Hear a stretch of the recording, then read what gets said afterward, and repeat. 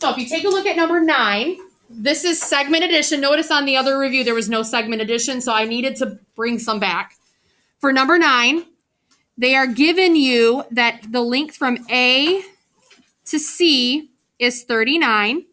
This is 2x minus 8, and this is x plus 17. And they want you to solve for x and then also the other ones. So they do give you 3 pieces of information. So you need to identify which one is the longest, which segment in this case is the longest. And the segment that's the longest is from A to C. So that's what it's equal to. Just like with those angles, you need to identify which one is the biggest, put that's what it's equal to, and then you add the other 2 together. So 2x minus 8 plus x plus 17 equals 39. Combine like terms and you get 3x plus 9 equals 39. Subtract 9. 3x equals 30. And then you would divide by 3 and you get x to equal 10. So divide by 3. I ran out of room. Oh, come on. And then once you find x to equal 10, you got to plug it back in. So I plug it back in right here. 2 times 10 is 20. 20 minus 8 is 12. And then for BC, take the 10, plug it in right there. 10 plus 17 is 27. Any questions there?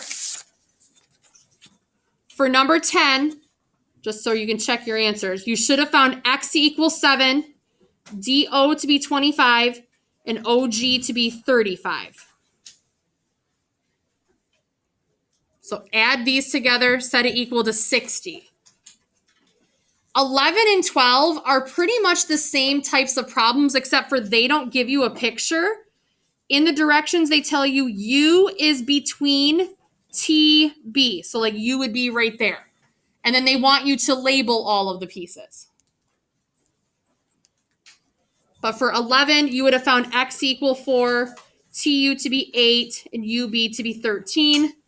And then 12, I don't think you're going to see one like 12, but for 12, x would be 2, TU would be 7, UB would be 3, and TB would be 10.